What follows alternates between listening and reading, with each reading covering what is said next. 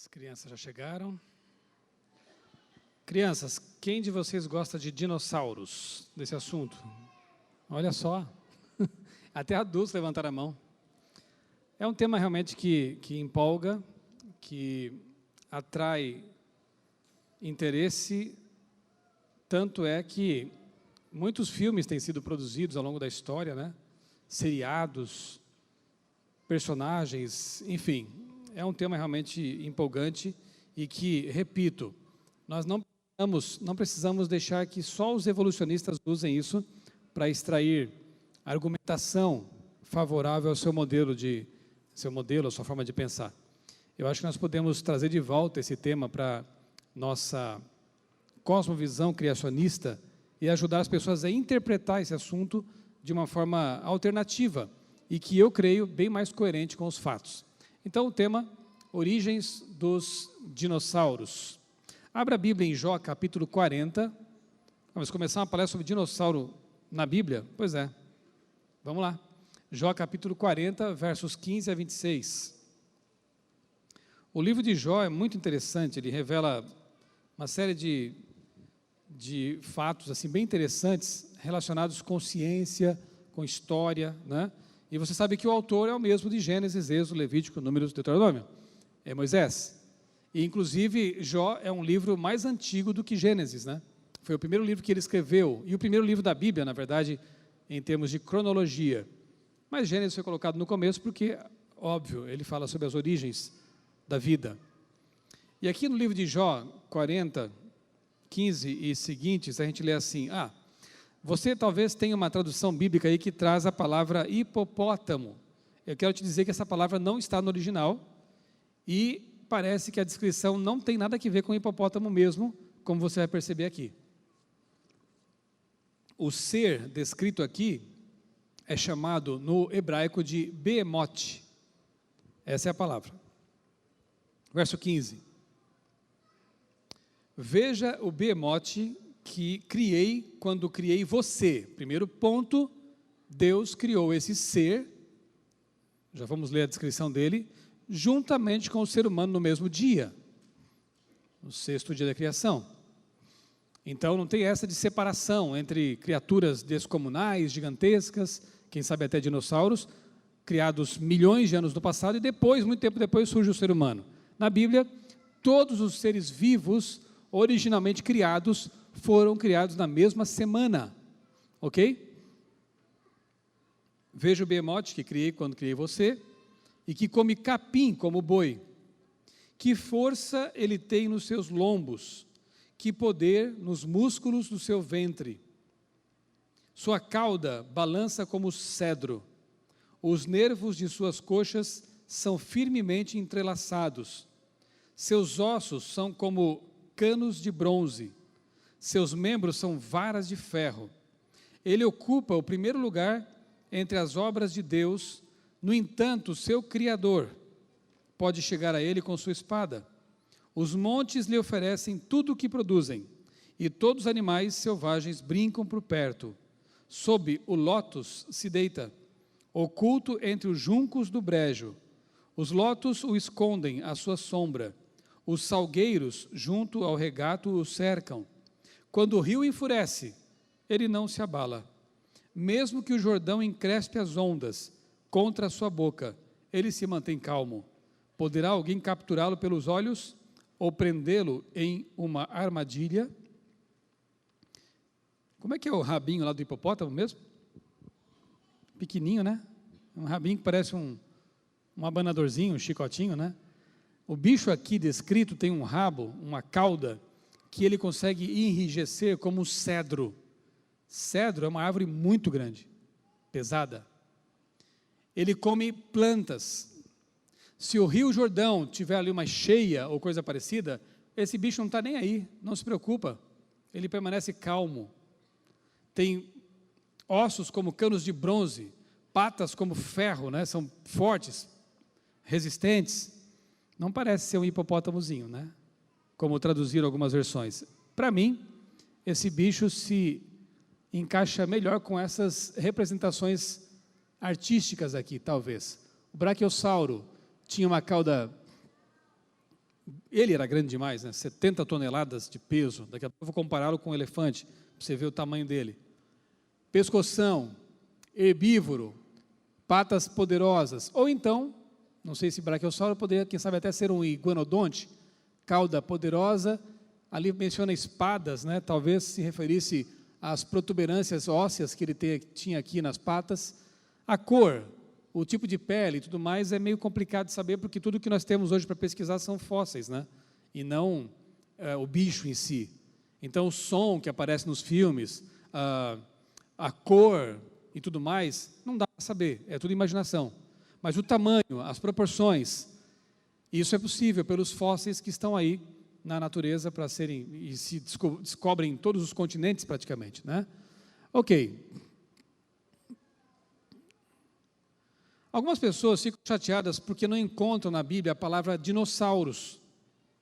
Mas se com base nisso elas quiserem dizer que não existem dinossauros porque não estão na Bíblia, não tem a palavra dinossauro lá, você vai ter que dizer que gato também não existe. Porque a palavra gato não está na Bíblia. E acho que nem girafa. E muito menos ornitorrinco. Não está lá. Não existe? Não, é porque a Bíblia não é um livro de classificação zoológica. Não tem que ter todas as espécies, né, descritas ali. Aliás, a palavra espécie, lá no Gênesis, não tem nada a ver com a taxonomia moderna, porque são nomes modernos. É uma classificação recente. O que a Bíblia traz ali, a palavra espécie, segundo a sua espécie, tem mais que ver com tipo básico, tipos básicos de seres vivos, que Deus criou. Deus não criou múltiplas raças de cães. Ele criou um tipo básico, que entrou na arca. Deus não criou múltiplas raças de gatos, ele criou um tipo básico, esse entrou na arca, o que ele criou originalmente. Depois, por seleção natural, por outros processos, houve uma diversidade bem maior no mundo pós-diluviano, que era muito diferente, com habitats diferenciados, e ali então foi necessário que houvesse algum tipo de adaptação, ou mesmo houve seleção natural, que permitiu que alguns tipos de animais sobrevivessem em alguns habitats, e outros não, e outros em outros habitats, e outros não. Muito bem, isso aqui fugiu um pouquinho do assunto, mas o fato é que a palavra dinossauro nem poderia estar na Bíblia, sabe por quê? Porque ela também é recente em relação à Bíblia. O primeiro que deu nome aos animais que começaram a ser descobertos, né, com as escavações para fazer estradas, com pesquisas também em relação aos fósseis, isso no século XVIII, foi Richard Owen, que em 1841 batizou esses grandes répteis que começaram a ser descobertos debaixo da terra com o nome de Deinosaurus, que em latim quer dizer lagartos terríveis, dinossauros. Então você nunca vai achar na Bíblia um nome também de dinossauro, porque isso é um nome recente em relação à Bíblia, mas você encontra Behemoth, você encontra Leviatã, animais descomunais que não existem mais hoje. O que era isso? Que bicho era esse? Será que Moisés não estaria descrevendo, eu estou supondo, não dá para afirmar categoricamente, mas será que Moisés não teria descrito um animal que era contemporâneo a Jó, a história de Jó, ou pelo menos que teria sido avistado em algum tempo passado? Vai saber, né? É uma possibilidade.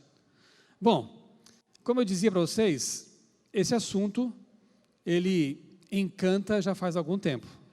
Lembra disso aí? Não é mamãe, né? É o baby da família dinossauro. Quando eu era criança eu assisti isso aí. Uma outra série que fez muito sucesso foi, e tem sido, Jurassic Park. Sempre que um filme dessa franquia vai para o cinema é sucesso garantido. Por quê? Porque esse assunto encanta, esse assunto chama atenção. Aqui é ficção pura, né?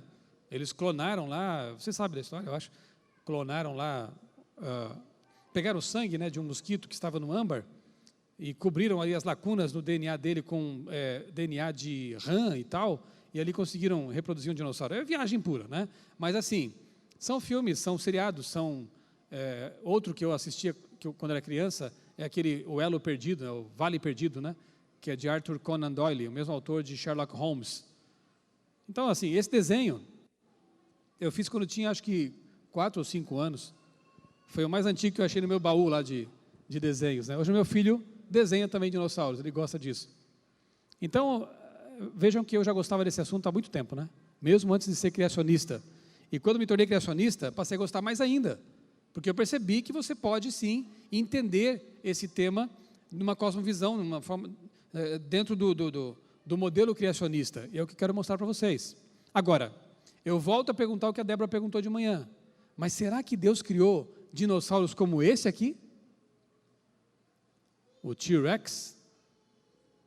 Lembra que ela perguntou, para ajudar a responder, será que Deus criou o tubarão? Responde para mim, Deus criou o tubarão?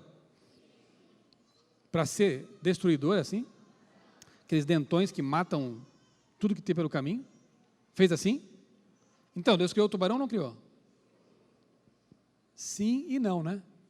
Ele criou o tubarão original, que certamente se alimentava de plâncton, de algas, né? Não sei, alguma coisa assim, e não comia outros bichos, porque não havia morte, né? No mundo originalmente feito por Deus. Não criou esse tubarão que estava na tela, o que vive hoje. Esse que existe hoje descende daquele, mas passou por algum processo de modificação. Deus criou cenas como essa? Eu não consigo conceber isso.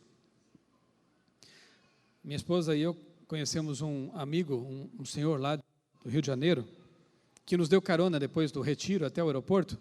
Ele é um católico, uma pessoa muito sincera, muito bondosa, mas ele tentava me mostrar por que ele crê que Deus criou pela evolução, usando o processo da evolução. Ou seja, ele é um evolucionista teísta.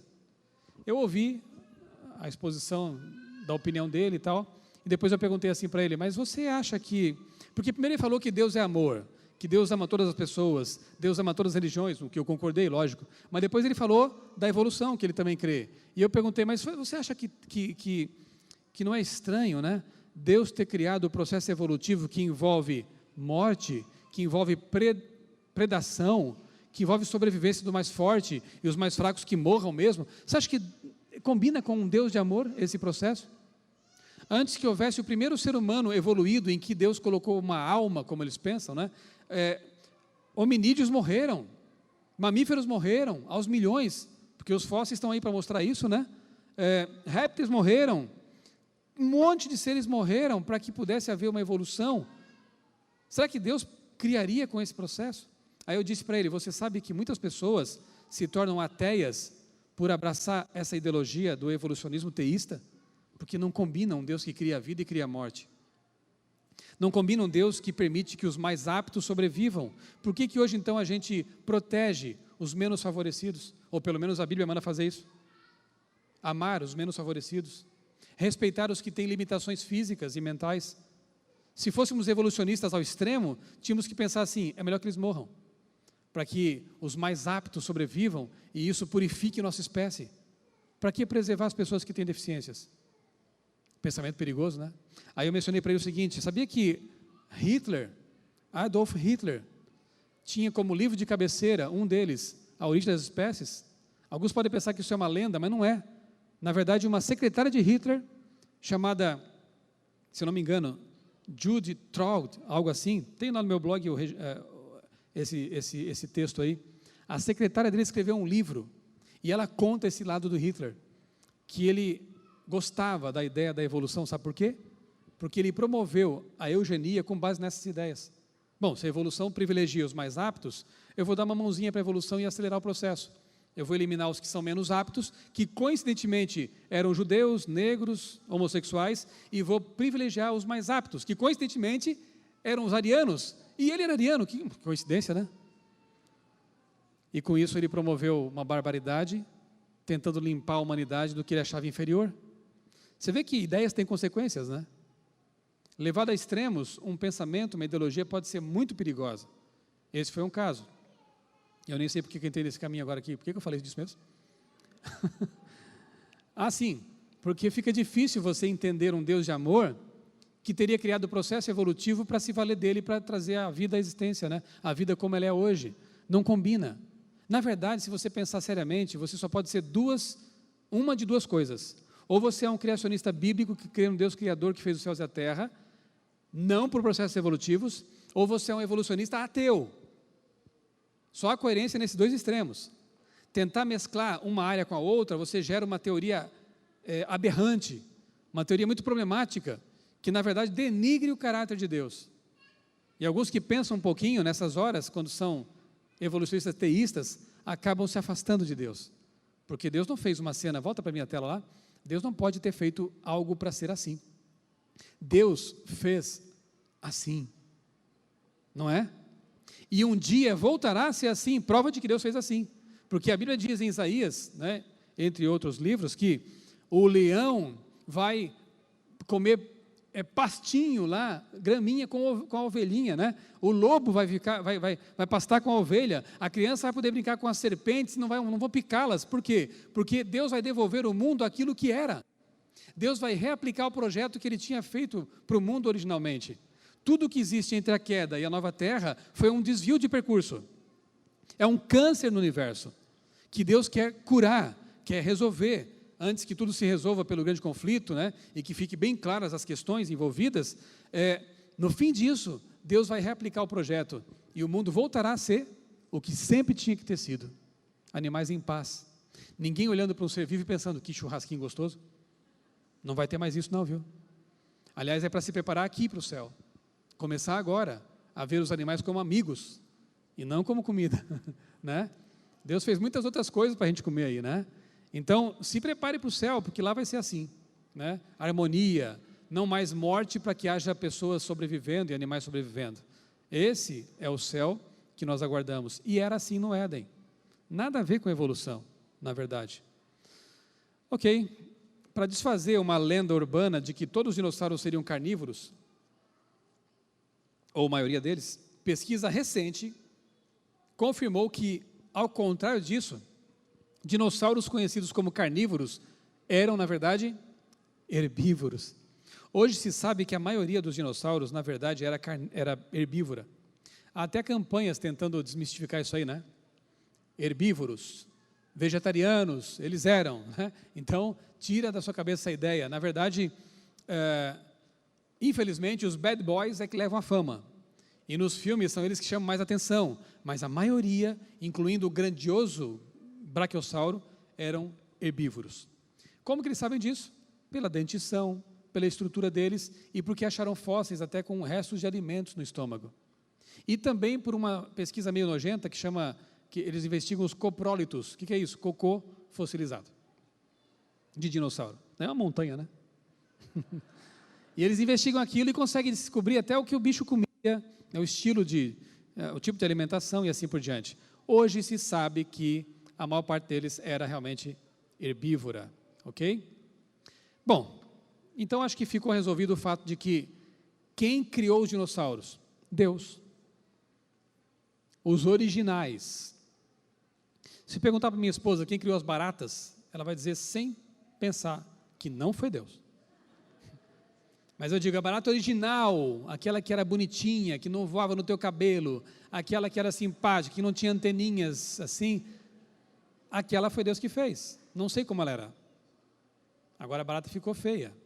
O mosquito da dengue, Deus não criou o mosquito da dengue, Ele criou um mosquito original, que tinha algum propósito.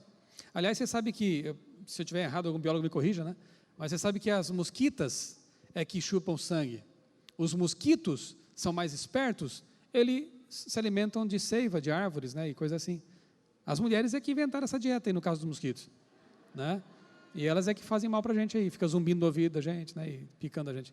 Então, Deus não criou para ser desse jeito, Ele criou originalmente os bichinhos pacíficos e bonitinhos. Alguns, por algum motivo, passaram por modificações mais acentuadas, outros nem tanto. Eu acho que a ovelhinha está mais ou menos próxima do que era originalmente, mas o leão, infelizmente, mudou muito os seus hábitos, né? Então, Deus criou os originais, não o que aconteceu depois, por causa do pecado. Ellen White fala em amalgamação, não vou entrar nesse detalhe agora aqui, mas é um assunto interessante também, para você estudar no meu blog, você se colocar no buscador lá, amalgamação, tem um artigo longo estudando esse tema, do que poderia ter acontecido para que os dinossauros mudassem tanto, se alterassem tanto, assim como outros animais.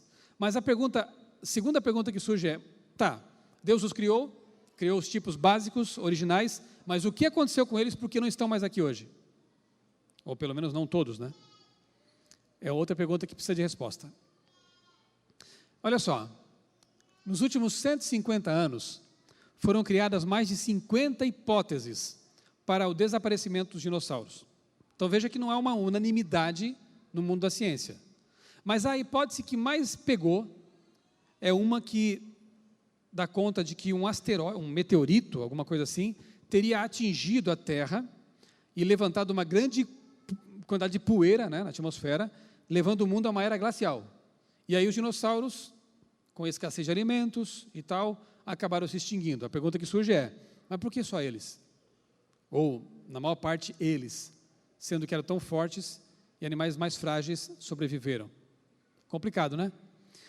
A evidência que eles apontam é o fato de que lá em Yucatán, no México, na península, lá no Golfo do México, você tem uma cratera de impacto de 300 quilômetros. Realmente aconteceu alguma coisa estrondosa ali, mas não foi só ali.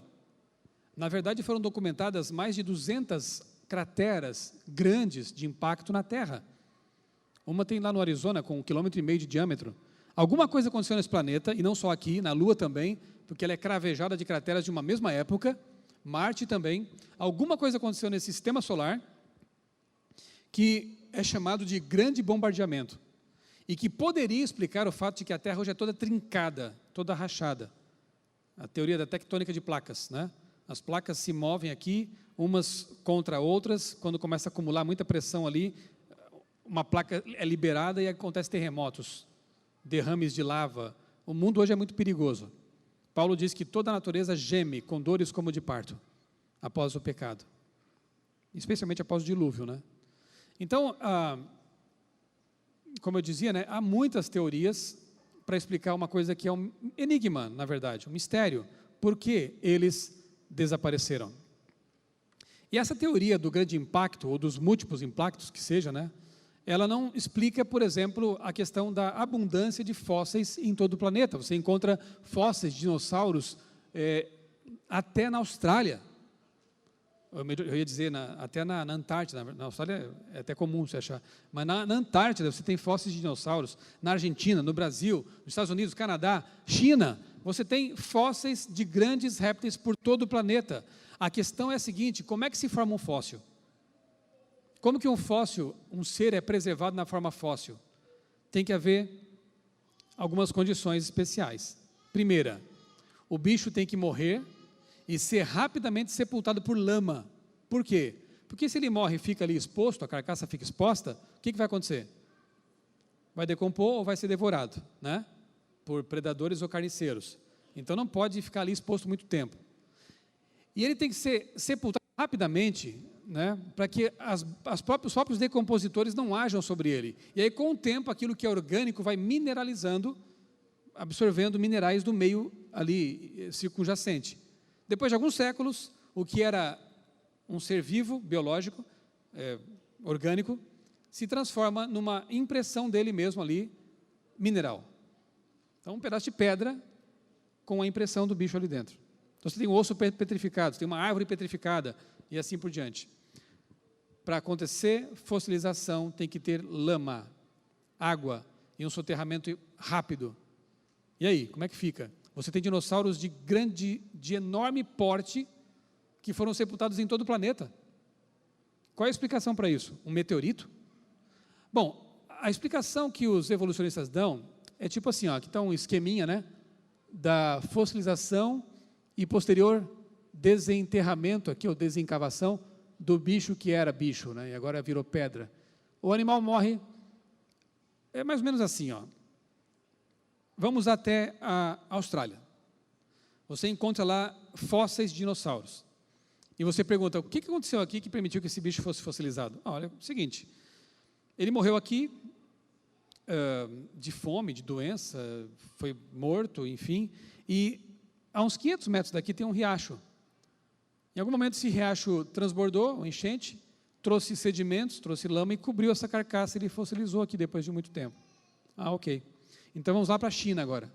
Viaja para a China, você encontra ali milhares de fósseis em algum local, e você pergunta, o que aconteceu aqui para fossilizar esses bichos? Olha, eles morreram aqui por algum motivo, e aqui a 1 quilômetro tem um rio. Ele sofreu uma inundação, trouxe uma enxurrada aqui de lama, cobriu as carcaças e eles fossilizaram. Ah, tá. Vamos lá para o Canadá. Viajamos para o Canadá. E lá encontramos um monte de fósseis também. O que aconteceu aqui? O bicho morreu aqui por algum motivo e tem um riacho aqui perto. E a explicação vai sendo essa. Coloca tudo isso num pacote só, de uma grande inundação. porque todos eles se extinguiram na mesma época, entre o Jurássico e o Triássico, ali. Houve algum evento catastrófico que envolveu água, lama e sepultamento rápido. Por que rápido? Olha aqui, algumas fotos interessantes. Antes disso, olha que notícia bacana. Folha de São Paulo, dinossauros tiveram morte em agonia. Como assim? Os fósseis de dinossauros geralmente têm a boca semiaberta, a cabeça para trás e a cauda em curva. Por essas razões, paleontólogos acreditam que os dinos morreram onde? Na água. Estão chegando perto. Estão chegando lá. Tomara que eles não façam como eu mostrei de noite, né? Tropeça na verdade e faz de conta que nada é nada. Levanta e vai embora, né? Estão chegando lá. Não foi por poeira na atmosfera, não foi de doença, não foi de fome. Morreram na água. E tem outras fotos interessantes aqui para vocês, de coisas meio inexplicáveis, como, por exemplo, um peixe, supostamente pré-histórico, que foi sepultado em lama quando engolia outro. Foi rápido, né? O sepultamento. Outro aqui, engolindo outro peixe. Aqui um réptil marinho, talvez um ictiosauro, ou plesiosauro, não sei, dando à luz, porque ele incuba os ovos e espelha o bichinho já, depois que sai dos ovos. Assim os répteis fazem, né? No caso desses aí, pelo menos, é assim. Ele estava aqui dando à luz no momento que foi sepultado na lama. Há muitos fósseis como esses que revelam uma coisa rápida, que os surpreendeu mesmo.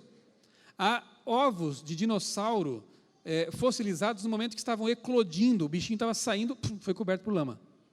Então não foi assim, morreu, depois veio lama e cobriu a carcaça.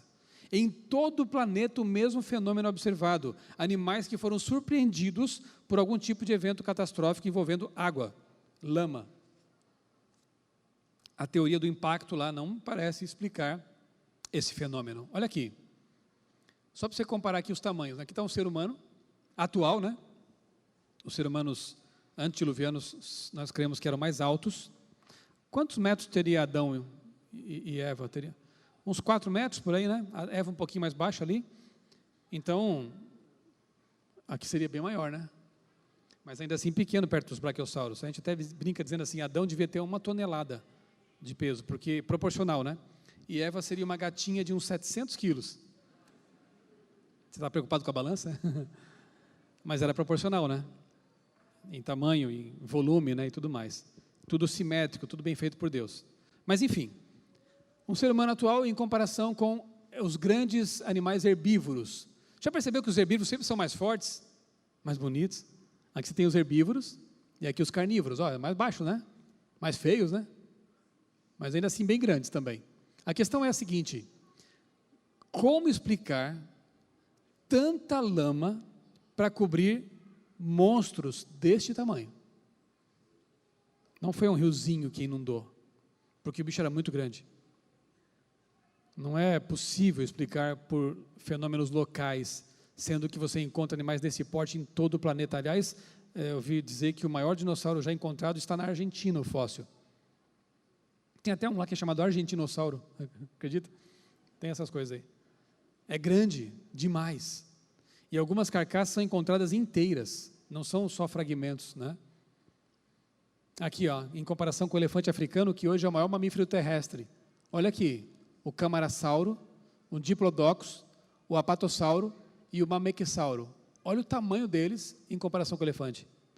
E quer saber? Eu acho esses bichos aí, herbívoros, muito bonitos. Para mim eles lembram assim uma ponte pêncil, com equilíbrio, com simetria. O elefante é até mais feio que eles, se pensar bem.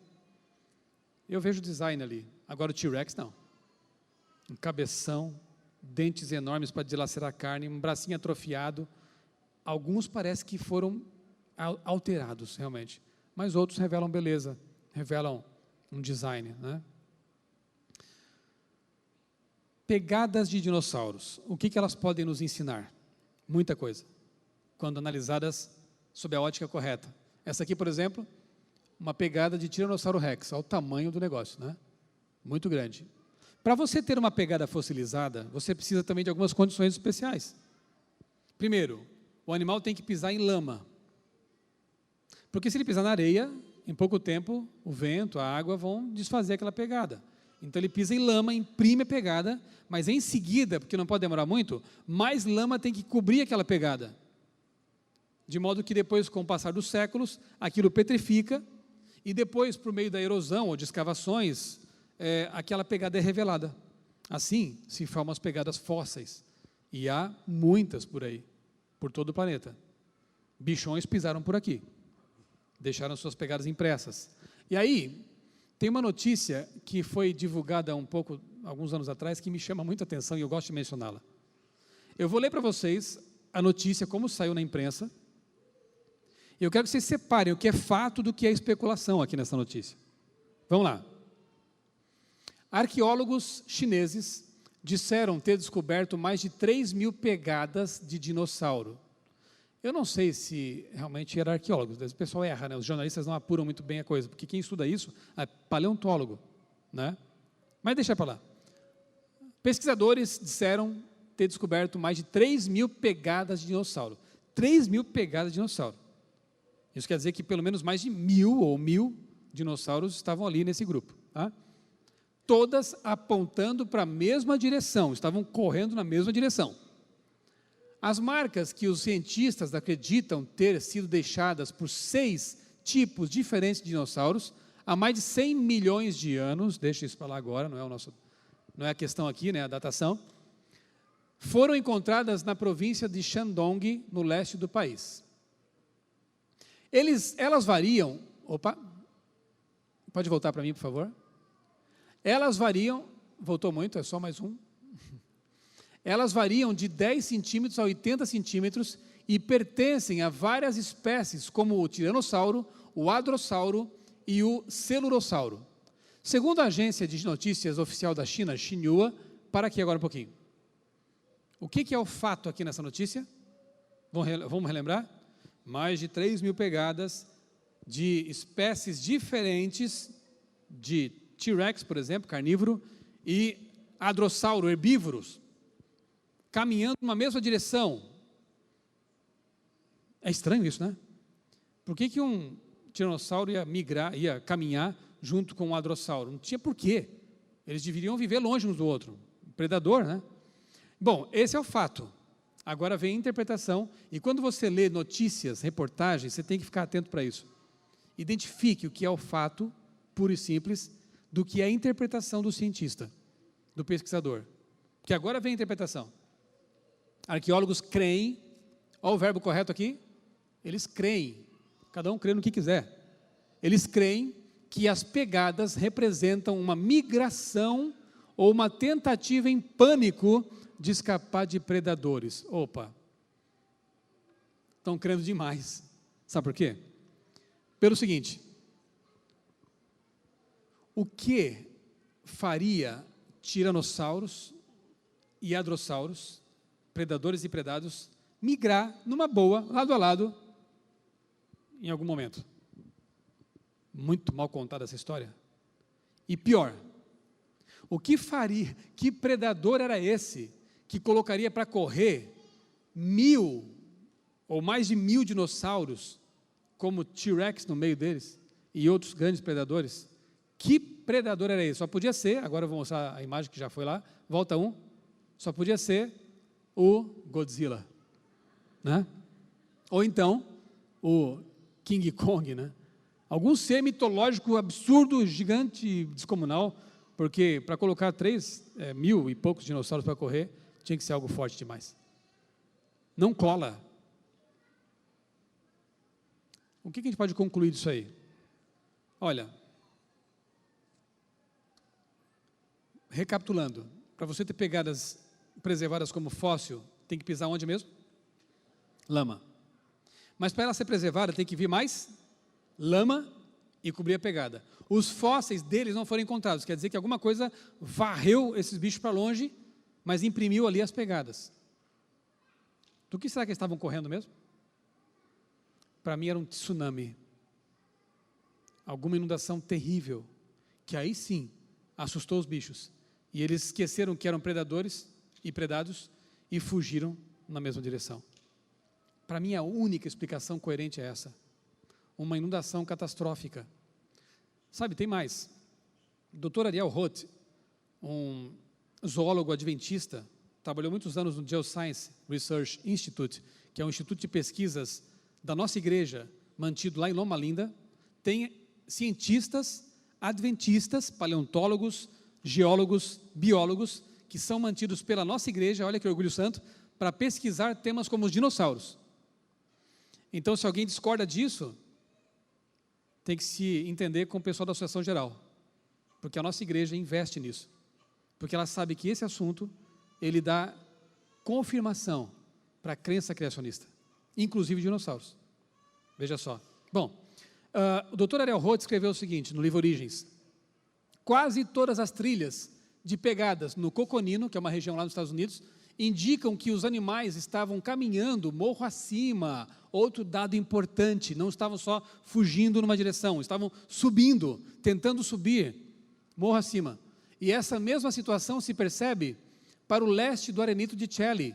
Além disso, há forte evidência de que os animais produziram essas trilhas de pegadas sob a água, ao invés de sobre as dunas do deserto, como sugere a interpretação evolucionista. Não seria, agora o Ariel Roth também vai interpretar, ele pode, tem direito, né? Como aqueles outros também tiveram. Não seria possível todas essas pegadas morro acima terem sido deixadas por animais fugindo das águas do dilúvio? Eu creio nisso. Eu não creio naquela crença deles lá, de migração, de predação. Eu creio no que o Dr. Ariel Roth, que também é um cientista, está defendendo aqui. Essa inundação poderia ser a explicação para esse tipo de fenômeno. Ok. Prossigamos aqui. Já que eu estou falando de inundação, e eu tenho defendido aqui o dilúvio como uma boa explicação para a extinção dos dinossauros, será que existem... Volta para mim lá, por favor. Não vamos nos acelerar aí, né? Será que existem evidências históricas, geológicas, extra-bíblicas, de que houve realmente um dilúvio nesse planeta? Sim, eu creio nisso. Eu constatei isso. E, na verdade, em meu livro, porque creio também, mas no História da Vida, tem um capítulo só sobre esse assunto, dilúvio e dinossauros. Se alguém tem dúvidas aqui, se alguém gostaria de saber mais sobre o tema, a gente não tem como falar muito tempo aqui, fica aqui o convite. O livro História da Vida, que é o livro que eu escrevi para mostrar por que eu mudei de ideia e deixei de ser evolucionista, ele é da Casa Publicadora Brasileira, e você encontra no site da CPB, você encontra no 0800, você, aqui na loja da casa, aqui na associação, né, no CELS, você também pode adquirir. Fica aí o desafio para você estudar um pouco mais e investigar um pouquinho mais nesses livros aí. Mas, enfim, eu quero apresentar aqui alguns argumentos, algumas evidências que respaldam a ideia de um dilúvio global como está na Bíblia. Por exemplo, mais de 200 culturas... não, esse é outro, eu já vou chegar lá. Mais da metade, ou mais ou menos a metade dos sedimentos continentais tem origem marinha. Como entender isso, né? Se cerca da metade dos sedimentos que há nos continentes, adentro, tem origem marinha. Você encontra fósseis, por exemplo, de peixes lá em Crato, no interior lá do Ceará, em Santana do Araripe, lá dentro, no Agreste, fósseis de peixes. Daqui a pouco eu vou mostrar fósseis em montanhas de peixes. Como explicar esse negócio? Em algum momento o mundo foi mar, né? Foi inundado. Outra evidência interessante, a formação dos estratos na coluna geológica, como é o caso aqui no Grand Canyon, ali é possível você ter uma visão em corte, né, das camadas, dos estratos, ela não é irregular como deveria ser, como era de se esperar, porque se essas camadas ficaram expostas ao tempo, às intempéries, por milhões de anos, elas deveriam ser todas irregulares, com depressões, com relevo e tudo mais, mas curiosamente, aqui você percebe que elas são plano-paralelas, aqui. Não há indicação de que elas se sobrepuseram, ou foram se sobrepondo umas às outras, ao longo de milhões de anos. A coisa parece que foi muito rápida. Dr. Arthur Chadwick morou 10 anos lá, perto do Grand Canyon, para pesquisar esse assunto. E ele concluiu, ele também pertencia ao Geoscience, ele concluiu que o Grand Canyon e a coluna geológica toda revelam, na verdade, superposição rápida por um evento catastrófico hídrico. Quer ver uma coisa mais complicada? Já foram descobertas árvores cortando as camadas geológicas. Isso leva ao absurdo de pensar o seguinte: a raiz da árvore, se estiver embaixo, né, a raiz morreu há 500 milhões de anos, o tronco há 200 milhões de anos e a copa há 100 milhões de anos. Como entender isso? Como que aquilo foi preservado, exposto à natureza, uma parte sepultada, uma parte exposta, e não se decompôs, não se estragou, não foi devorado, enfim, assim foi sepultando lentamente. Tem uma pesquisa também que é feita pelo Dr. Raul Esperante, também do Geoscience, de baleias fossilizadas lá no alto do Pisco, no Peru. Baleias fossilizadas no deserto, quilômetros de distância do mar. E outra, elas estão cercadas por diatomáceas. Meio complicado isso aqui, né? Mas os diatomitos são carapaças calcárias que se depositam nos oceanos, no fundo, levando ali séculos até para formar uma camadinha de pouca espessura.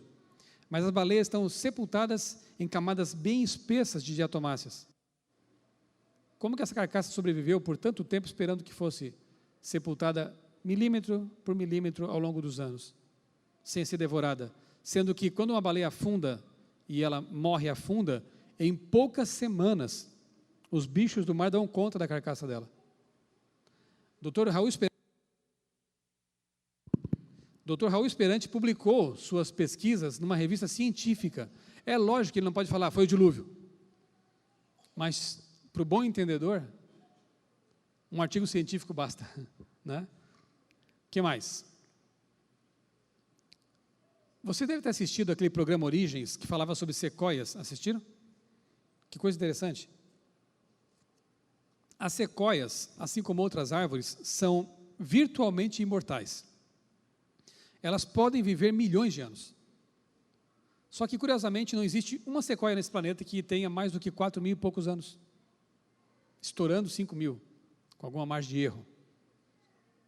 Medindo ali, contando os anéis de crescimento, eles chegam a essa idade.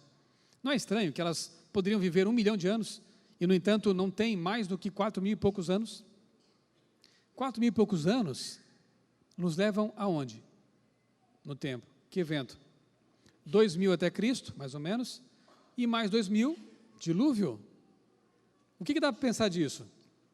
Todas as árvores foram desarraigadas por ocasião do dilúvio, e em algum momento depois, sementes que, quem sabe, sobreviveram flutuando nas águas, né? Ou foram levadas para dentro da arca, ou preservadas no intestino dos passarinhos, enfim, por algum motivo elas foram preservadas e foram replantadas no mundo pós-diluviano, todas com essa mesma idade, 4.000 e poucos anos.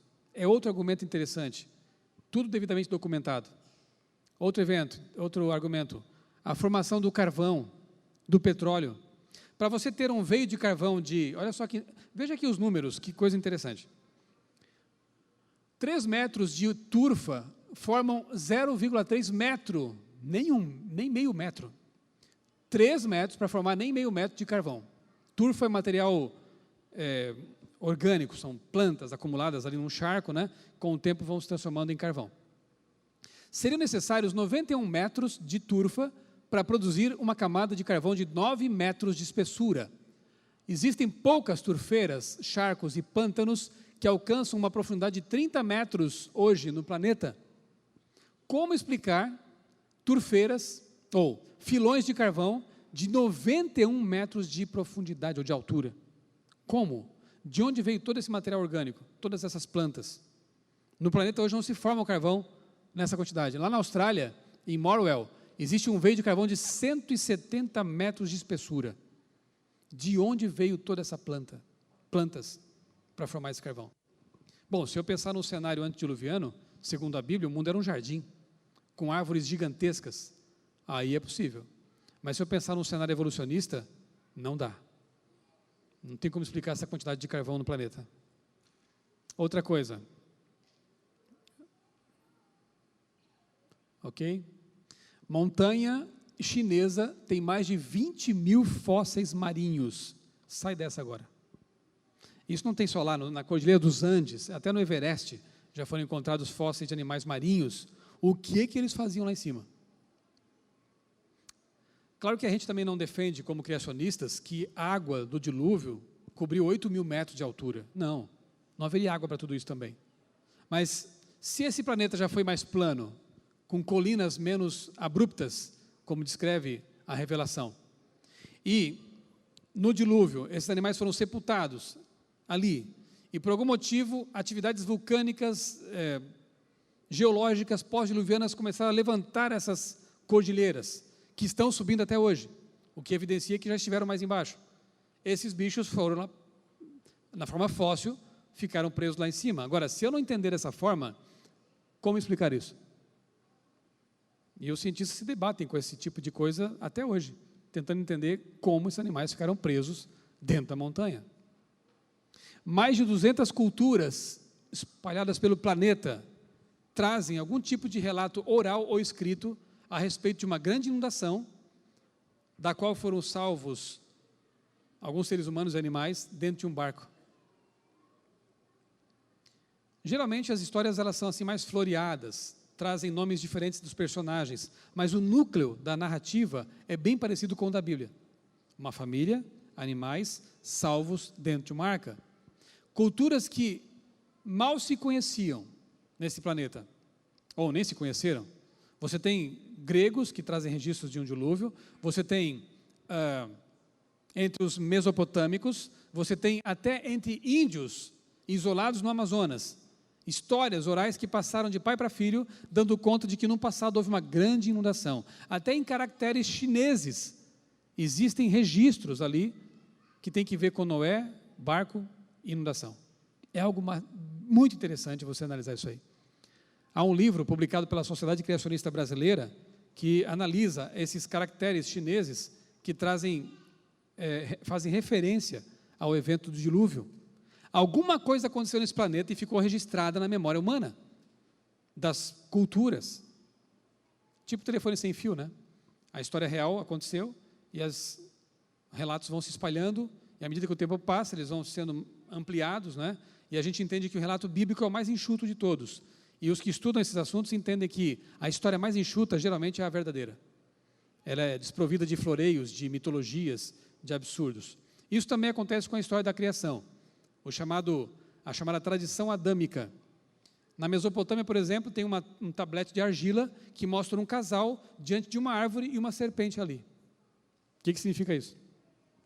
O relato da criação entre os mesopotâmicos é escrito em 7 tabletes de argila. E o 7º se refere a um dia de repouso. Será que são coincidências?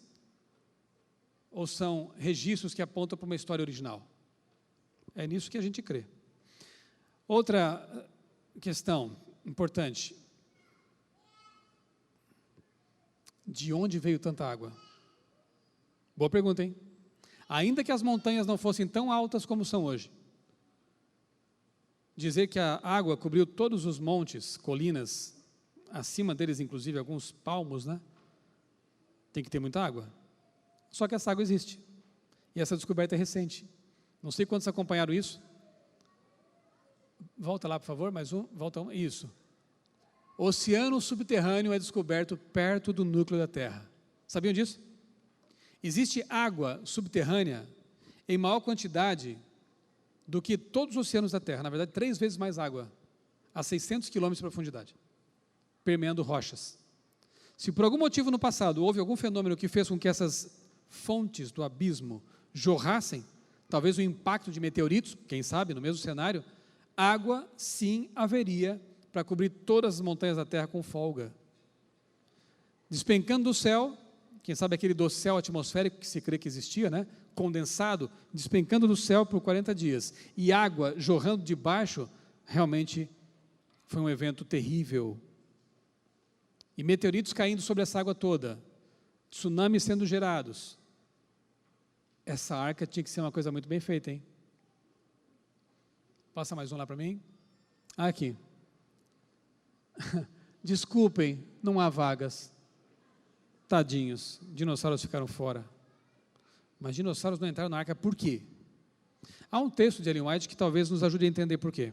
Ela diz assim, ó: Deus viu que a força do ser humano iria diminuir, e esses animais gigantescos não poderiam ser controlados pelo homem frágil. Misericórdia de Deus. Adão, com seus 4 metros, talvez conseguisse até enfrentar um T-Rex, que tinha 6 metros de altura. Ou, no mínimo, correr, né? Com aquelas pernas longas de Adão, ele podia correr bastante, o dinossauro não ia correr tanto. Então, até dava para encarar, mas o ser humano, de 4, chegou a 1,80, 1,60. Ficou bem pequenininho, né? Se tivesse esses bichões hoje aqui passando pela rua, a gente teria problemas. E alimentos também seriam um problema para esses herbívoros que comiam tanta planta. No mundo de então, tudo bem, tinha bastante, mas hoje seria um problema. Então, segundo Ellen White, por misericórdia, Deus não permitiu que esses animais sobrevivessem. Agora, nada impede que Noé tivesse levado alguns herbívoros, filhotes para a arca, né? O que impede? Aliás, existem alguns animais hoje que parecem dinossauros. Crocodilo, dragão de Komodo, não parece? 2 metros de altura, um bichão lá. E se está vivo hoje é porque o seu ancestral entrou onde? Na arca. Falando em arca, tem uma promessa aí que ficou no ar para as crianças, né? Qual foi a promessa? Abrir a arca. Crianças, vem para cá. Vem aqui perto. Mas, ó, não pode subir aqui, tá? Aqui é nosso muro de proteção, tá? De manhã vocês tentaram subir aqui. Eu vou deixar a arca aqui em cima, aqui perto, tá? Não precisa subir, que eu vou mostrar aqui. Se subir vai ser perigoso. A arca pode cair na cabeça de vocês. Então é assim, ó. Por fora, deixa eu lembrar para vocês. A arca deveria ter uns 170 metros de comprimento. É grande. É quase o tamanho de um navio bem grande. De largura, uns quase 20 metros. E de altura, largura acho que uns 18, de altura uns 28. Depende do côvado que Moisés usou, a medida. Côvado é a medida do cotovelo até o dedo aqui, ó, tá? Essa medida aqui. Se fosse o côvado egípcio, era maior. Se fosse o hebraico, era um pouco menor. Então, ela tinha uma porta aqui na frente, né? Todos estão conseguindo ver? Ou será que eu tenho que levantar a arca melhor? Vou colocar aqui nas minhas pernas, então. Acho que fica mais fácil, né? Tomara que eu não caia. Então, ela tinha uma porta aqui na frente que o anjo fechou, porque quando começou a encher tudo ali de água, né? Não ia dar para Noé fechar, ou era muito pesado, não sei. O anjo foi lá e lacrou. A arca era de uma madeira muito, muito resistente. E diz a Bíblia, se preste, e diz a Bíblia que ela foi coberta com uma resina. Não podia ser petróleo porque não tinha petróleo ainda. Então, quando fala em betume, o original quer dizer, na verdade, uma resina que pode ser até vegetal, esse verniz, para que não entrasse água mesmo. Então, em cima da arca tinha uma janela, está vendo aqui? Que permitia que alguma luz entrasse lá na arca, né? Então eu vou tirar a janela aqui para vocês saberem que havia uma janela percorrendo toda a extensão dela. Está aqui, ó. Consegue ver? Aqui, ó. Essa abertura aqui permitia que entrasse ar e alguma luz, né? Micael já conhece, né, filha? Aí, tirando aqui a tampa, ó, da arca, a gente vai revelar o interior dela. Agora, notem bem, eu vou ter que mostrar para os adultos também, que eles estão bem curiosos. Eu vou baixar aqui a frente, e você consegue ver os pavimentos da arca, estão vendo? Os andares dela, ela tinha 3 andares. 3 andares. Então, toda a sua área se multiplica por 3, para ter mais espaço ainda. Os animais que entraram aqui não eram todas as espécies que existem hoje, eram os tipos básicos. Então, não precisa pensar assim em milhões de espécies. Poderia haver muito menos no mundo antediluviano. E o tamanho médio desses animais, segundo alguns estudiosos, era do tamanho de uma ovelha. Os animais maiores não eram maioria. Então, é possível, sim, que houvesse espaço aqui para que Noé acomodasse os animais que existiam. Aí eu tiro daqui essa parte. Você vê que tinha rampas, né, de acesso e tal. E aqui embaixo, então, o piso inferior, onde devia ficar o quê, Micael? O cocô dos bichos, né? E a gente até compara dizendo assim, olha, a igreja às vezes é que nem uma arca, né? Cheira mal, é meio apertado, mas é melhor estar aqui do que na chuva. Melhor estar aqui dentro do que na tempestade. Gente, era isso. Então, um projeto realmente muito bacana, muito bem feito, revelado por Deus. Agora pode voltar para os seus lugares, sentar lá com a mamãe e com o papai, né? E enquanto vocês virem agora assim, desenhos da arca, que mostra assim, um barquinho, né, redondinho, vai lá com a mamãe, Micael. Vai lá. Pode sentar lá com seus pais agora. Quando vocês virem assim, aqueles desenhos de um barquinho, assim, redondinho, saibam que não é bem assim. Ela era um caixote mesmo. Era um retângulo. Por quê? Porque a arca foi projetada não para navegar, mas para flutuar, sobreviver às ondas do dilúvio. Alguns engenheiros hidráulicos calculam que ela poderia resistir até a ondas de 60 metros de altura, tsunamis. Era assustador, mas preservou todo mundo. Claro, a gente sabe que anjos de Deus guardaram a arca, porque mesmo ela, tendo sido projetada por Deus e construída com muito cuidado, não seria capaz de resistir à força, à fúria das águas, né? Mas mesmo assim, é uma maravilha náutica. Você sabia que os superpetroleiros usam as mesmas proporções da arca, que dão certo para flutuabilidade? São lentos, mas flutuam, que é uma beleza. Proporções de um barco feito por uma pessoa que nunca tinha navegado na terra, que não precisava. Como que ele sabia como fazer? O projeto foi dado para ele, todinho, né? Muito bem. Por que não são encontrados fósseis de seres humanos com dinossauros? Convenhamos, não seria uma baita de uma evidência pró-criacionismo? Pró-diluvianismo? Seria mesmo.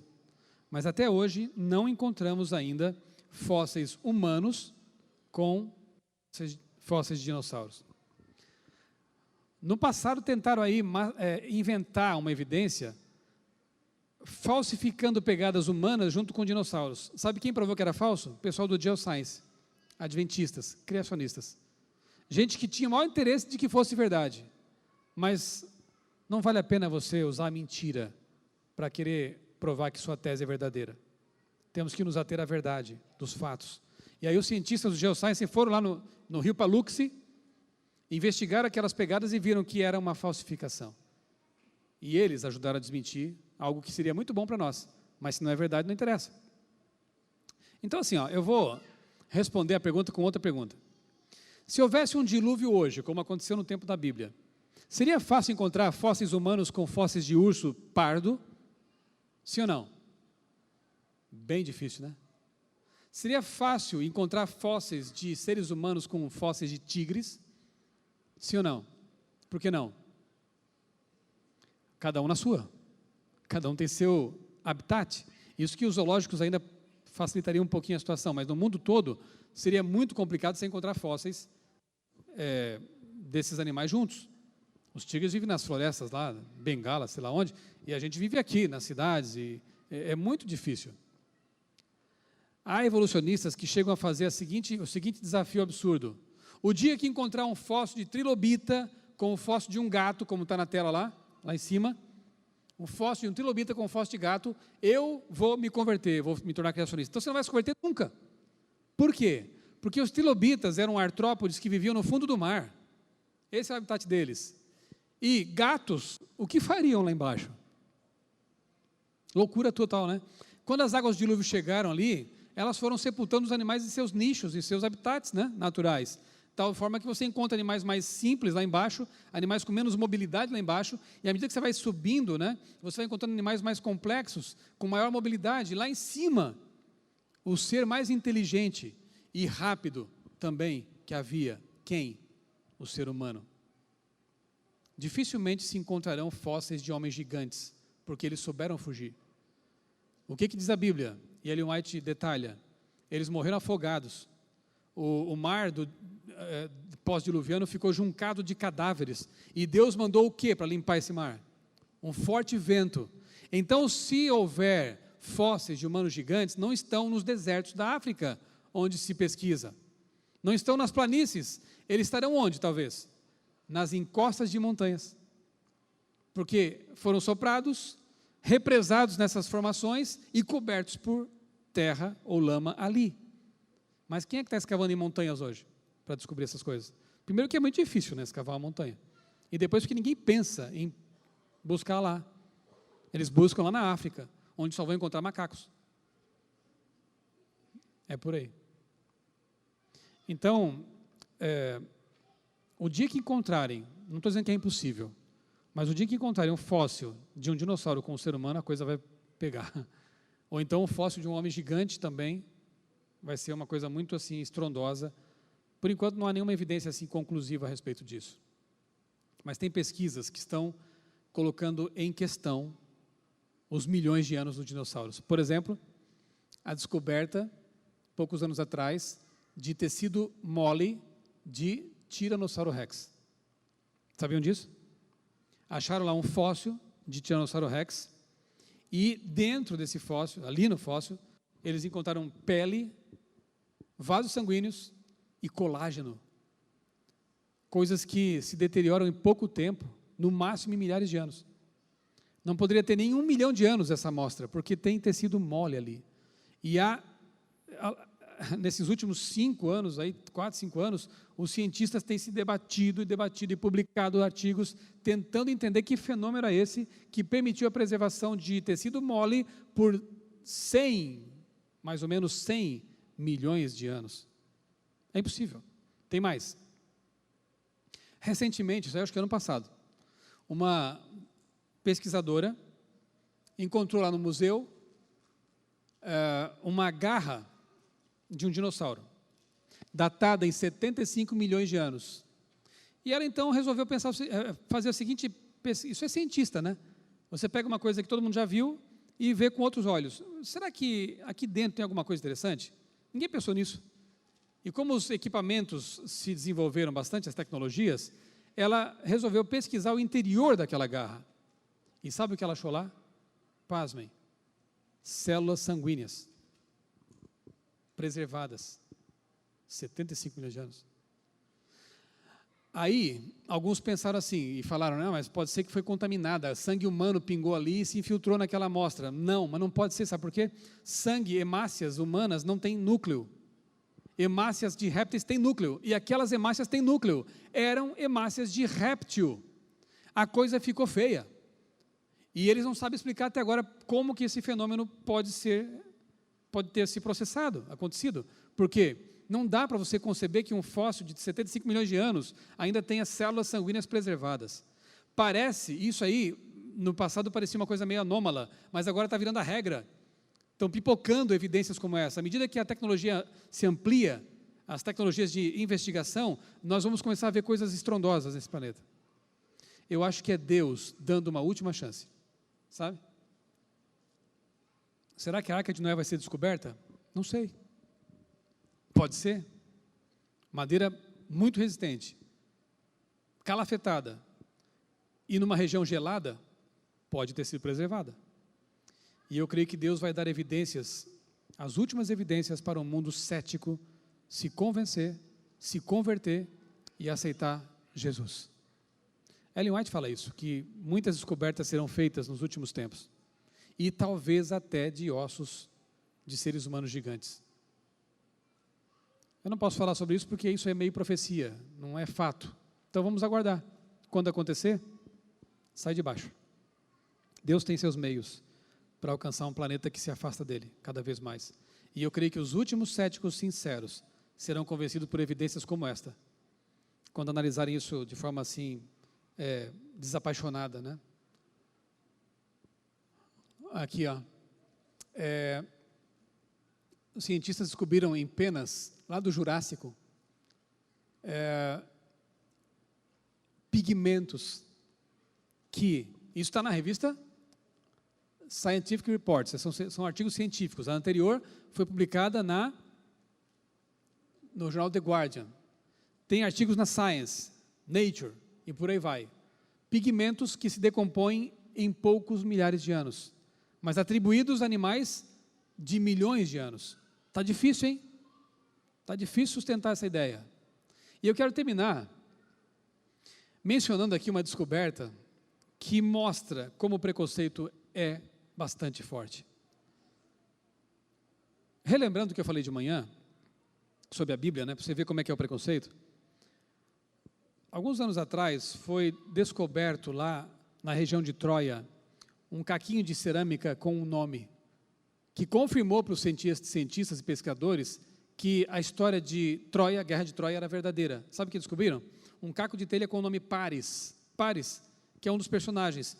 Naquele momento, os pesquisadores, arqueólogos, aclamaram aquela descoberta como uma prova de que a guerra de Troia não era mito, era fato. Beleza. Só que pouquinho tempo depois, escavando em outro lugar, em Ur, quem que morou em Ur? Abraão. Lá no Iraque, eles descobriram uma casa em ruínas, e dentro dessa casa havia uma placa também de argila com um nome, Abraham. Abraão. Sabe o que disseram os pesquisadores? Quem vai saber se esse é o Abraão da Bíblia? Triste, não? O mesmo tipo de evidência, uma que tem que ver com a história secular, beleza, é real. A outra tem a ver com a Bíblia, não, isso aí pode ser qualquer Abraão. Tinha um monte de Abraão na cidade aqui de Ur. E aqui, nesse caso, acontece algo parecido. Existe nos Estados Unidos uma formação rochosa que parece uma ponte natural, chamada Katina Bridge. E embaixo dela, algumas pinturas rupestres, entre as quais esta aqui. Aqui não está muito claro na tela, mas ali há pinturas de seres humanos, e logo ali abaixo, pertinho deles, o que tem? O que parece ser um dinossauro.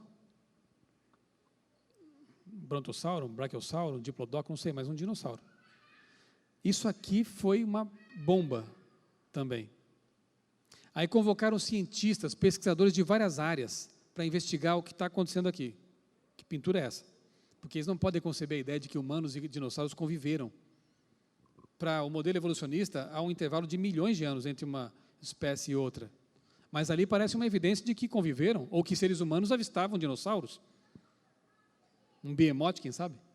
E aí chamaram lá os pesquisadores, investigaram o pigmento, investigaram ali o estilo, sei lá, a pátina que cobre as pedras, e chegaram à conclusão de que, bom, isso aqui é autêntico e de uma mesma época. E ficou complicado demais o negócio. Até que uma pesquisadora propôs uma solução, e foi a que satisfez o pessoal, porque eu acho que eles fizeram assim, ufa, alguém explicou. Sabe o que ela explicou? Não era um dinossauro. Alguém pintou uma cobra e a tinta escorreu.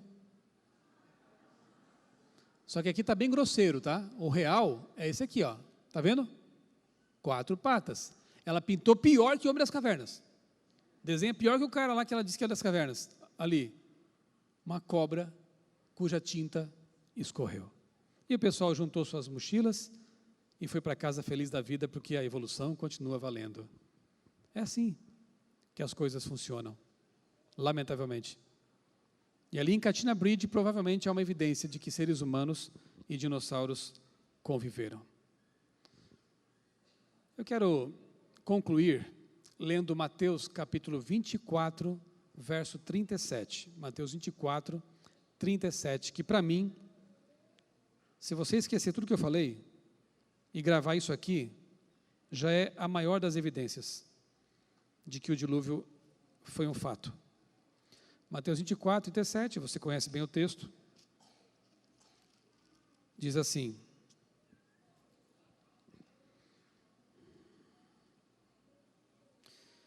como foi nos dias de Noé, assim também será, quando? Na vinda do Filho do Homem.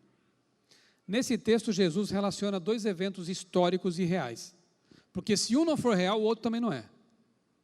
Porque assim como foi nos dias de Noé, em que as pessoas duvidavam da vinda do dilúvio, em que nunca tinha chovido na terra, em que Noé foi desprezado por ser criacionista, enfim, assim como foi naqueles dias, será também na vinda do Filho do Homem. As pessoas vão duvidar da volta de Jesus, vão duvidar também do dilúvio, vão desprezar aqueles que pregam isso e chamá-los de loucos. Será igual, o cenário é o mesmo, mas o dilúvio veio, há fatos, há evidências, assim como ele veio, a vinda de Cristo também virá. E se Jesus, que é Deus, sustenta que o dilúvio foi um fato histórico, quem sou eu para dizer o contrário? Se Jesus, que é Deus, disse, olha, vocês nunca leram? Lá no princípio Deus fez homem e mulher, e disse que eles deixassem pai e mãe, se unissem, tornassem uma só carne, e assim nasceu o casamento. Para Jesus, Adão e Eva são reais, são personagens históricos. Por que cristãos hoje vêm e dizem, não, mas Jesus estava errado, Adão e Eva eram um mito? Por que o Papa vem e diz, infelizmente levando muitas pessoas a pensar assim, que Deus não é como um mágico com uma varinha de condão. Ele disse isso ano passado, porque Ele não fez o mundo em 6 dias, foram milhões de anos. Deus não é mágico, Ele é o Criador do universo, e Ele podia fazer o mundo em 6 segundos se quisesse, mas Ele escolheu fazer em 6 dias, descansando no 7º, em nosso benefício. Por que é tão difícil aceitar que se existe Deus, e Ele é todo poderoso, Ele pode ter feito tudo o que Ele fala aqui na Bíblia? Por que é tão difícil? Billy Graham dizia, se eu creio em Deus, ainda que a Bíblia dissesse que o Jonas comeu um grande peixe, eu acreditava. Porque Ele é Deus, Ele pode fazer o que Ele quiser. Por que as pessoas se tornam tão céticas? Pessoas que se dizem cristãs, e dizem, não, o dilúvio não pode ter acontecido, porque não pode, um evento desse. Não, Adão e Eva são um mito, né? Aquele negócio de cobra e viver pelado no jardim, isso é um mito. Deus registrou isso, e Jesus confirmou isso. Para Jesus, Jonas foi real também, porque ele falou que ele se compara aos 3 dias na sepultura com os 3 dias da barriga do peixe em que Jonas ficou. Para Jesus, todos esses eventos eram realistas, eram reais. Por que eu vou crer diferente? Quer saber? Entre o Papa, entre Dawkins, entre teólogos liberais e Cristo, eu não tenho dúvida nenhuma, eu fico com Jesus. Sempre, até a minha morte. Se quiser me chamar de ignorante por ser criacionista, fique à vontade, mas eu vou ficar com Ele até o fim. Eu vou ficar com a palavra de Deus até o fim. Se quiser me chamar de fundamentalista por isso, fique à vontade, mas eu sei em quem eu creio, e sei por que eu creio. Deus te abençoe para que você tenha convicção de levar essa mensagem às pessoas. Não são meras curiosidades, não, são coisas muito importantes. Nossa fé no casamento, no sábado, no estilo de vida, se baseiam nos primeiros capítulos da Bíblia. Ali está a base da teologia bíblica. Se derrubar isso, se derruba todo o edifício. Então não podemos abrir mão dessa crença que é tão querida e importante para nós. Continuemos firmes nesta convicção e ajudemos as pessoas a entender que Deus é um Deus de amor que não planejou o sofrimento, não planejou a morte, não planejou a predação.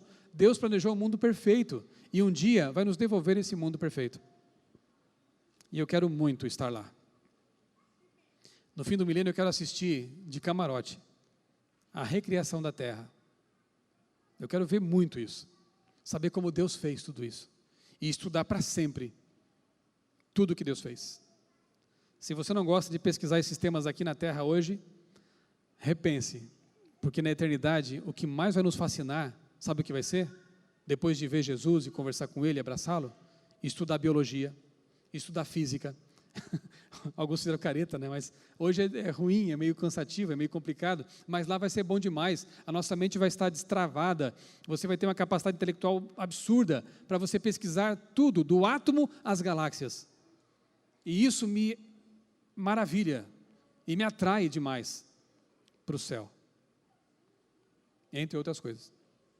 Que Deus nos ajude, repito, a permanecer firmes nessa convicção e levar esse conhecimento às pessoas para que elas entendam que cristão não precisa ser ignorante. Cristão não precisa ser taxado de pessoa que crê em fábulas. Não, nós temos a ciência do nosso lado.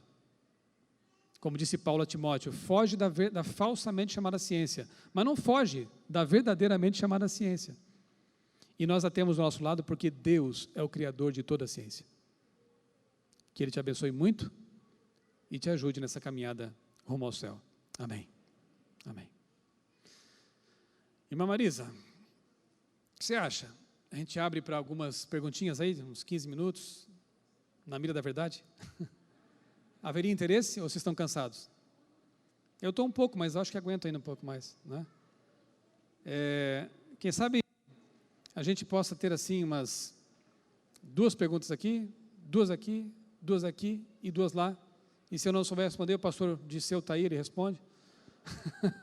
A irmã Marisa também, ela lê bastante, ela pode responder. Pode ser assim?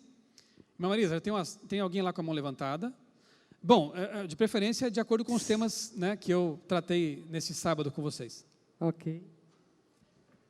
Bom, o próximo é lá depois. Então, os 2 cartuchos dessa fileira aqui, um já está sendo gasto agora. Depois a gente pula para lá então, tá, irmão? Há evidências da Arca de Noé, ainda no Monte Ararat ou em algum lugar elevado?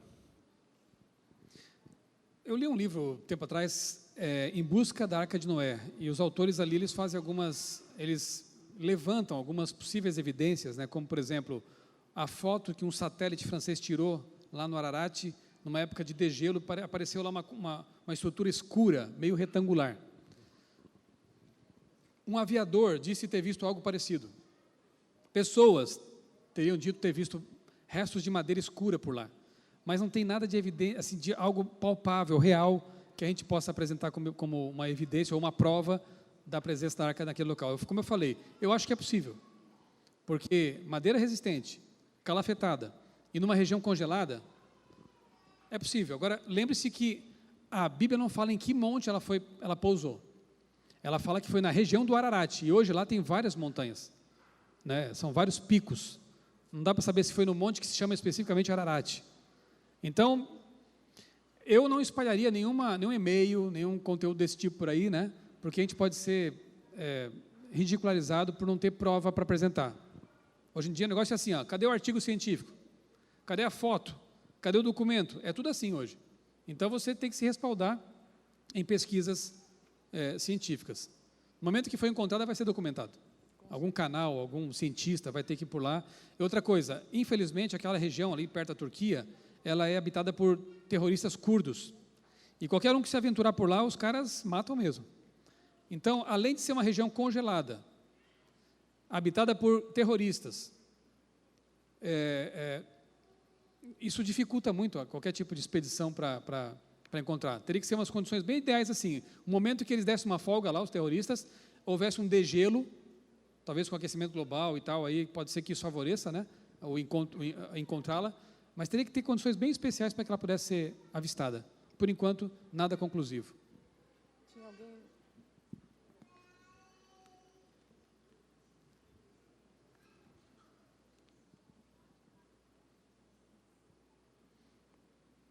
Então, mais um cartucho por aqui, né? Nesse lado aqui.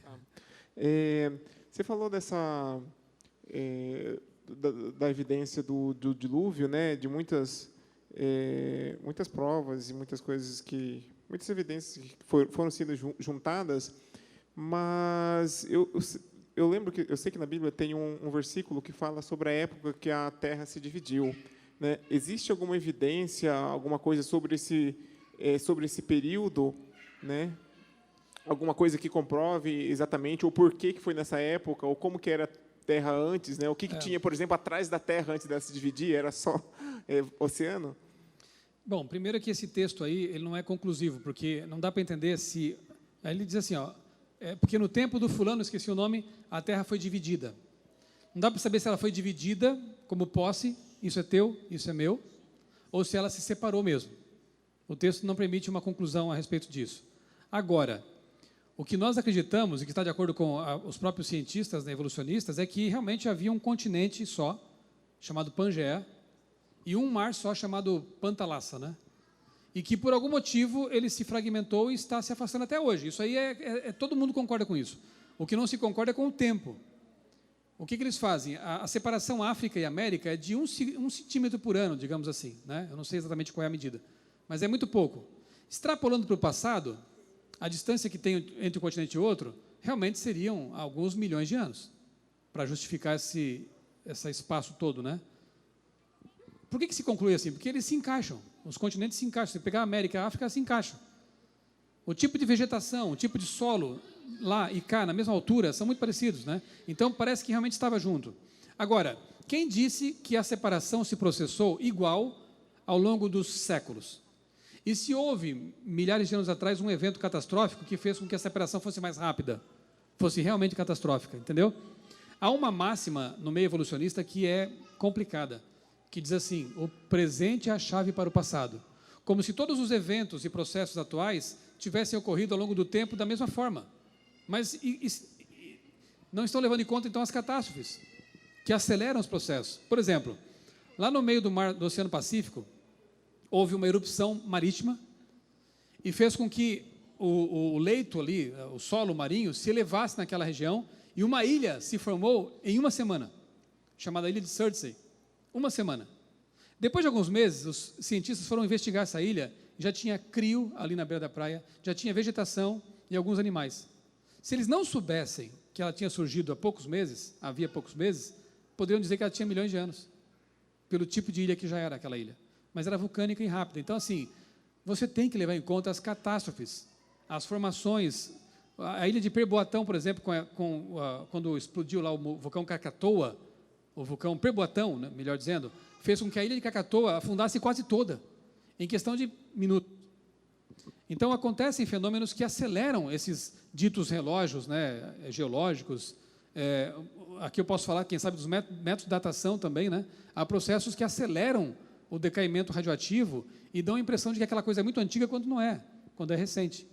Então, o que a gente aceita? Havia um continente, megacontinente, sim, isso parece bater com a Bíblia, com o relato bíblico, porém, a formação dos continentes fragmentados, nós cremos que foi rápida, por algum processo catastrófico, e não lenta e gradual. Dr. Naor, ele pesquisa há anos já, a tese doutoral dele em geologia, né, na verdade, em engenharia.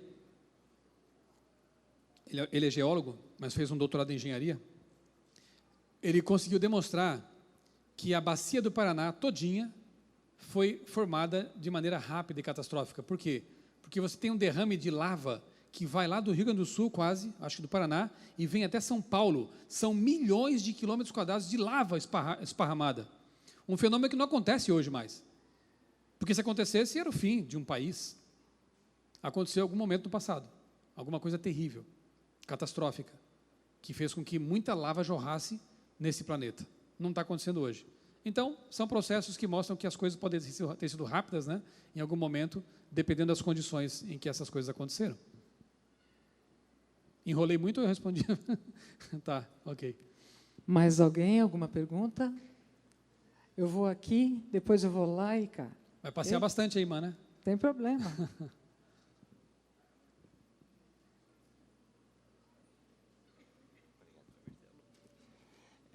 Você falou do Behemoth e também citou o Leviatã. No capítulo 41, tem um versículo que fala que o Leviatã solta fogo pela boca, chamas. Isso me deixou um pouco em dúvida se ele é realmente um ser vivo que Moisés escreveu, ou se ele é como se fosse mais uma criatura da profecia, alguma coisa assim. Essa é uma pergunta bem complicada, mas já encontraram alguns fósseis que tinham, veja só, enxofre numa câmara craniana. Não dá para afirmar se esse bicho soltava fogo realmente, tipo o besouro bombardeio, por exemplo. Você conhece esse bichinho?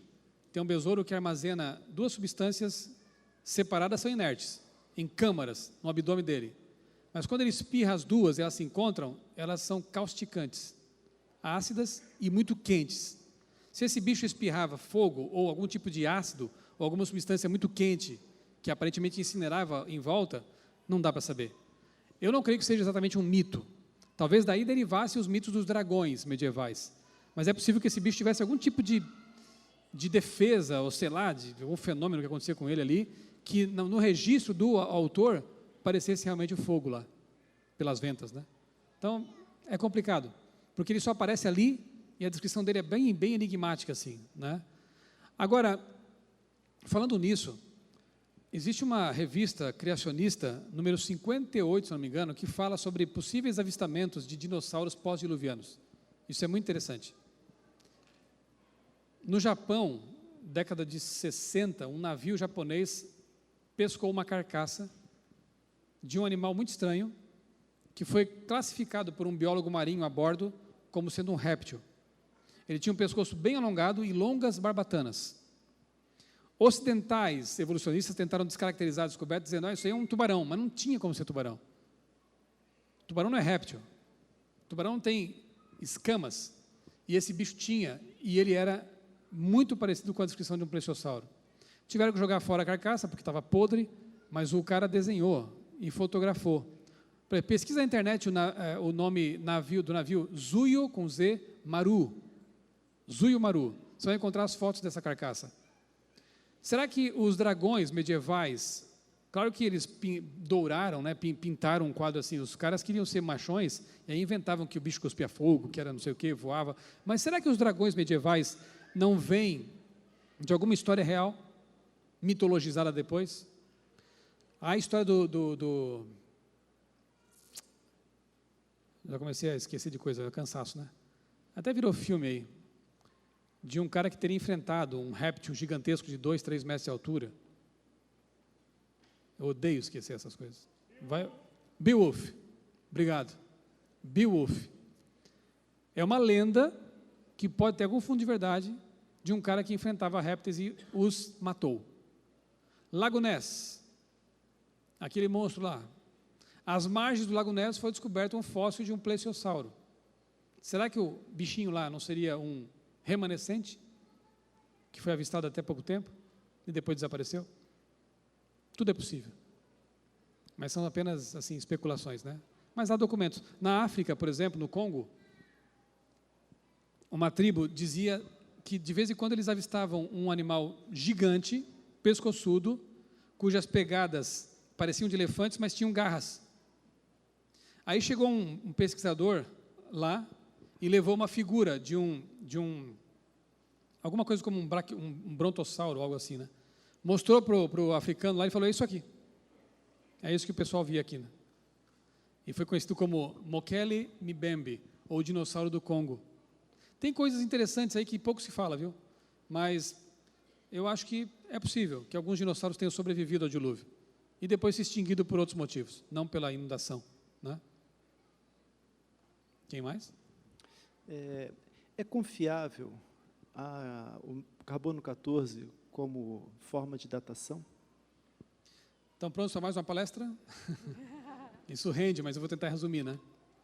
Como que eles usam o método do carbono 14 para datar amostras? Na atmosfera existe nitrogênio 14, que quando bombardeado por radiação solar, por partículas solares, ele se transforma num isótopo que é o carbono 14. Ele é instável. Então, o carbono 14 ele tende a virar nitrogênio de novo quando perde partículas energizadas. Tá? Os seres vivos, quando se alimentam aqui, supostamente estão ingerindo carbono 12, que é estável, e carbono 14, que parece constante, não dá para saber exatamente se é. Algum processo pode ter acelerado ou retardado a produção dele. Supostamente se ingere quantidades iguais, carbono 12 e 14. Quando o bicho morre e para de se alimentar, naturalmente, porque morreu, ele não ingere mais nada, então o que acontece? O carbono 12 fica nele, porque ele é estável. E o 14 começa a se degradar, decair, e vira gás, nitrogênio 14. Então, teoricamente, a coisa até é interessante, até é válida, teoricamente. Por quê? Se você chegar na amostra e encontrar, digamos, 1 kg de carbono 12 e meio quilo de carbono 14, isso quer dizer que metade daquele carbono se degradou, se decaiu. Como se sabe que a meia-vida do carbono 14 é de 5.000 e poucos anos, vou colocar 5.000 para arredondar. Supostamente, aquele bicho tem 5.000 anos. Por quê? 1 kg de carbono 12, meio de carbono 14, meia vida de 5.000 anos, perdeu metade, 5.000 anos tem a amostra. Se tiver 205, metade de 5, é isso aí, 2,5. Matemática não é meu forte.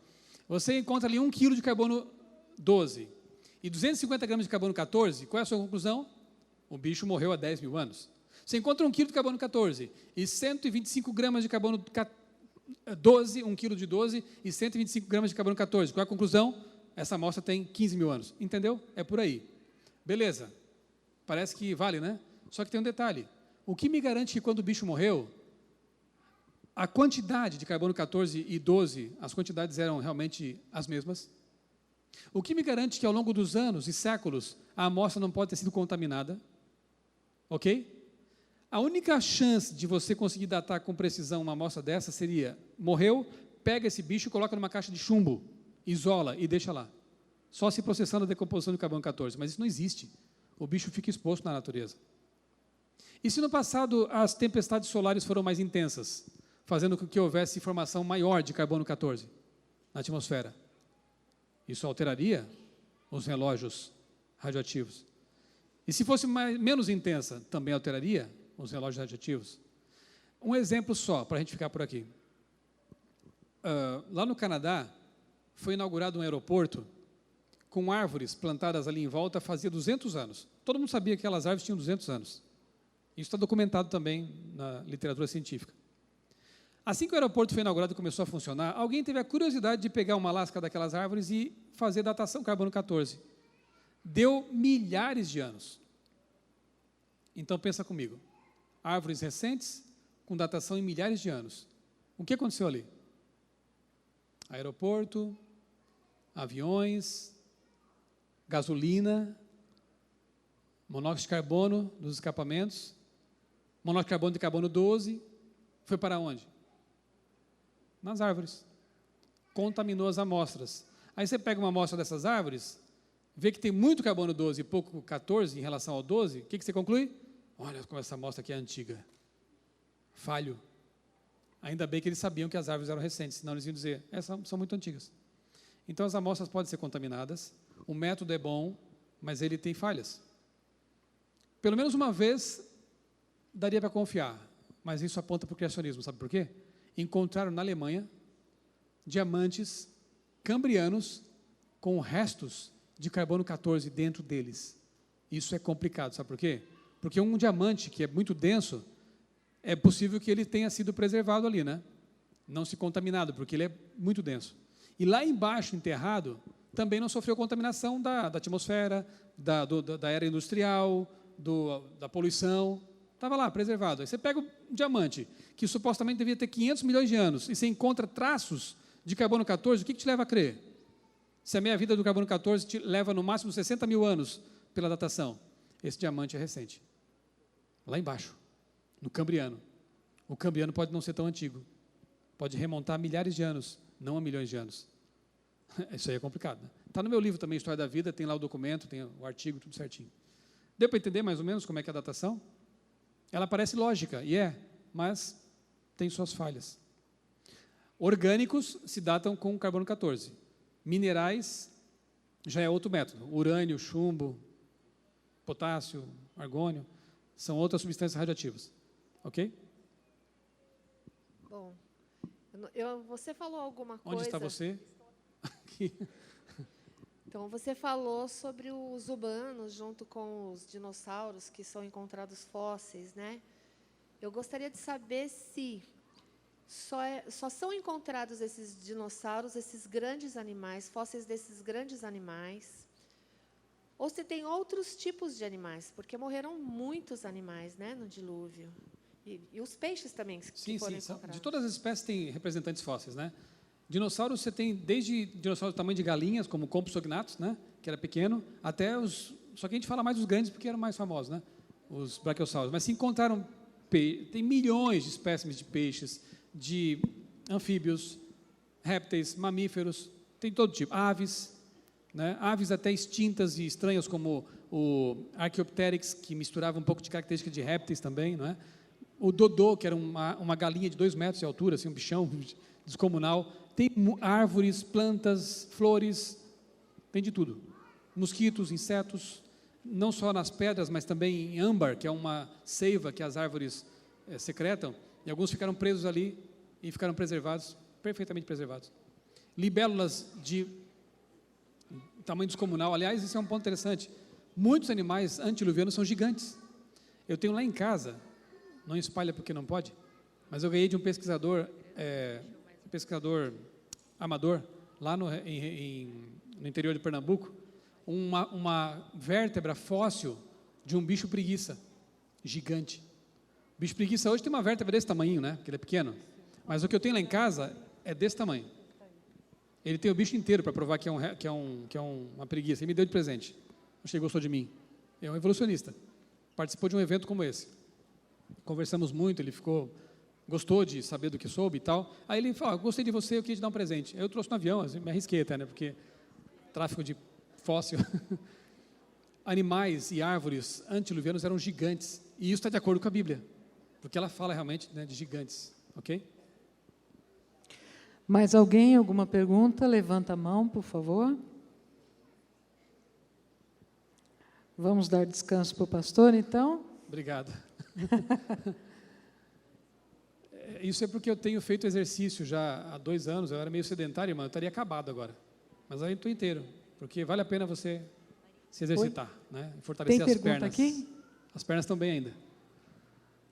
Mas Bom, o meu blog tem lá Pastor, meu... tem uma pergunta aqui. Ok, tem lá meu contato. Se alguém quiser depois interagir, mandar algum e-mail e tal, eu posso demorar um pouquinho, mas eu respondo. A gente pode fornecer alguns materiais, tá bom? Aqui? Pode perguntar, fica tranquilo. Seja sem vergonha, no bom sentido. Está discutindo ainda a questão. Eu sim. Pai, Está com vergonha de perguntar? Já resolveu? Não quer mesmo? Fica tranquilo, se quiser perguntar. Mais alguém? Opa! Aqui. Fez você voltar lá para trás, mano? Tem problema. Vamos fazer assim, então essa é a última, né? A gente precisa dar por encerrada a sessão. Mas eu agradeço muito a paciência, o interesse de vocês, de ficarem aqui até 7h10, né? Das 3 até agora, me ouvindo. Eu fico lisonjeado e muito feliz.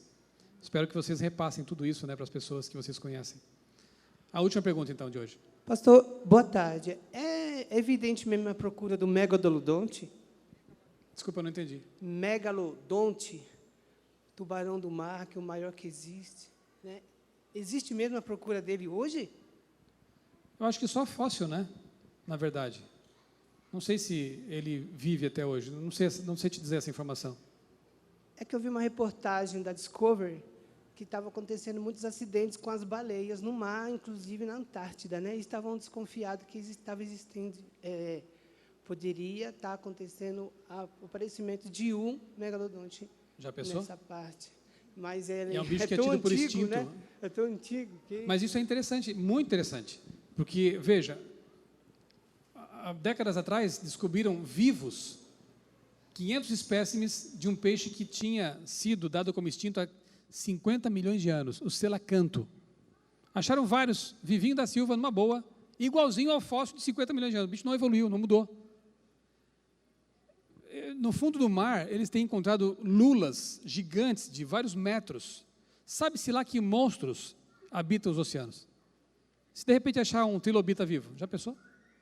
Ou achar um plesiosauro vivo por aí. O mar é muito inexplorado. E é possível que tenha sido realmente, talvez, um... Agora, irmãos, só um detalhe, tá? Cuidado com Discovery, cuidado com History, porque eles falam ali do fato e tal, depois apresentam a pitadinha deles. Há milhões de anos, e não sei o quê, né? O Dr. Marcos Eberlin diz que a Discovery é a Record do naturalismo. É o canal dos evolucionistas. Então, assim, assista com muita visão crítica, né? Para não se deixar contaminar com aquilo que não é fato, mas é ideologia e interpretação. Beleza? Ok.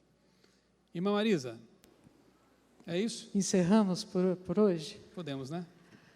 Pastor, nós estamos muito felizes porque o senhor aceitou o nosso convite, se deslocou de Tatuí para cá, esteve conosco ontem, durante todo o dia, e eu acredito que a igreja se une a mim nesse agradecimento, que Deus continue abençoando o seu ministério, parabéns pelo seu mestrado em teologia, que Deus abençoe. E quando vai ser a ordenação mesmo? Dia 12 de março. Dia 12 de março, o pastor vai estar... Estão convidados, se quiserem sendo... se deslocar até Tatuí, Igreja das Mangueiras. Só não vou poder dar almoço para todo mundo. Mas, não tem problema. Mas fica o convite, né? Se quiserem assistir lá a minha ordenação e de mais 2 amigos pastores, realmente Deus nos deu um grande privilégio, Amém. Uma grande honra, foi um presente de Deus esse reconhecimento da igreja. Então fica aí o convite, 12 de março, de manhã, pastor Ayrton vai ser o pregador, ali nas Mangueiras, em Tatuí. Amém. Pastor, que Deus continue ungindo, abençoe sua família, tá? O ministério pastoral de vocês. E a igreja, se está feliz, dê aquele aceno caloroso. Que Eu, Deus mais uma unja. vez, agradeço, né, assim, a boa acolhida, vocês são uma igreja muito simpática. Agradeço ao pastor Disseu por me ceder a sua igreja por todo esse dia, né? Nós somos amigos já de longa data, ele me conhece desde Santa Catarina.